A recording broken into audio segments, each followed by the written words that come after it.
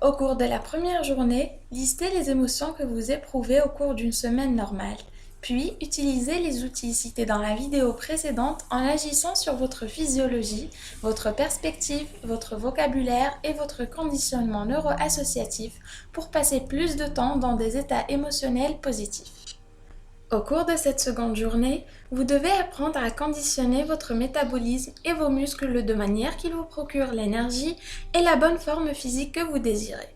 Et pour cela, il faut d'abord faire la différence entre bonne forme et santé. La bonne forme est la capacité physique de s'adonner à des activités athlétiques, tandis que la santé se définit comme un état dans lequel tous les systèmes de l'organisme fonctionnent de manière optimale. Déterminez où vous en êtes. Est-ce que vous devez vous mettre à l'exercice? Puis, établissez un programme et prenez la décision de l'intégrer dans votre vie quotidienne, dans votre matinée miracle ou au cours de la journée, même si c'est juste 30 minutes d'exercice à la maison. Au cours de cette troisième journée, vous devez améliorer la qualité de vos relations personnelles et vos liens émotionnels avec ceux qui vous sont les plus chers. Prenez le temps de connaître les valeurs et les règles de la personne avec qui vous vivez, car chaque crise découle d'un non-respect de certaines règles. La relation que vous vivez ne peut durer que si vous l'envisagez dans le but de donner et non dans le but de recevoir. Il faut aussi comprendre comment une relation se dégrade et agir lorsque les signaux laissent entendre qu'il y a un souci.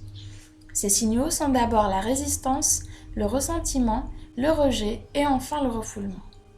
Faites de votre relation une priorité et enfin engagez-vous tous les jours à rendre votre relation meilleure. Cette quatrième journée est l'occasion de prendre en main votre avenir financier. En vous posant les bonnes questions, en respectant vos croyances et vos valeurs, il est possible d'accroître vos richesses. L'esprit sait prendre une décision lorsqu'il sait ce qu'il doit éviter et ce vers quoi il doit se diriger. Les fausses croyances au sujet de l'argent nous empêchent de nous enrichir, comme le fait de penser que la richesse se fait au détriment des autres. Pour acquérir des richesses, rendez-vous encore plus utile. Si vous offrez de la valeur aux gens, vous aurez son équivalent monétisé en retour. Dépensez moins que ce que vous gagnez et investissez la différence. Après avoir investi la différence, réinvestissez vos profits de manière à obtenir un rendement composé et protéger votre richesse. Et enfin, profitez de votre richesse. La vraie richesse est un sentiment de plénitude et l'argent est un moyen d'y parvenir et non une fin. Ce cinquième jour, consacrez-le à mettre vos croyances en pratique et agissez selon vos valeurs et vivez des émotions qui vous rapprochent de vos buts. Exigez le maximum de vous-même pour vivre d'une manière irréprochable. La sixième et avant-dernière journée de la semaine est mise sous le signe du temps. Apprenez à l'employer à votre avantage plutôt qu'en subir le stress. Nos croyances déforment aussi notre perception du temps.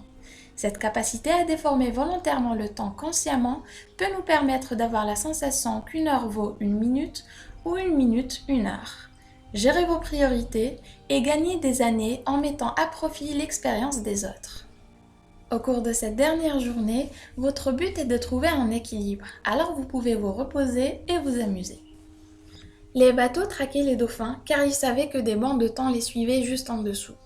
Dès que les dauphins se rapprochaient, les pêcheurs jetaient leurs filets et les remontaient avec parfois une centaine de dauphins morts, car ils ne pouvaient remonter à la surface pour respirer.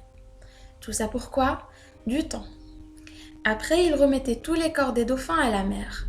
Et pour faire face, un homme a décidé de filmer cette scène en caméra cachée.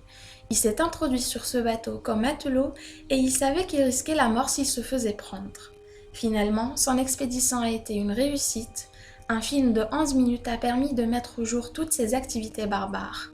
Grâce à cet homme, plusieurs grandes sociétés ont arrêté ce massacre. Et plusieurs milliers de dauphins, si ce n'est plus, ont eu la vie sauve. Et cet exemple n'est justement qu'un exemple parmi tant d'autres. Dans tous les domaines de la vie, il y a des injustices, des malheurs à combattre. Et rien n'est plus démoralisant et paralysant que l'impuissance acquise. C'est le principal obstacle qui nous empêche de changer notre vie ou d'agir pour aider les autres à changer la leur. Grâce à ce livre, vous pouvez découvrir comment d'abord changer la vôtre, mais il serait égoïste d'en rester là. Il est temps d'aller au-delà et d'aider aux décisions collectives pour l'avenir du monde. La majorité des problèmes dans ce monde sont la cause de comportements humains. On peut donc conclure que la solution se trouve dans un changement de comportement. Vous êtes capable d'héroïsme.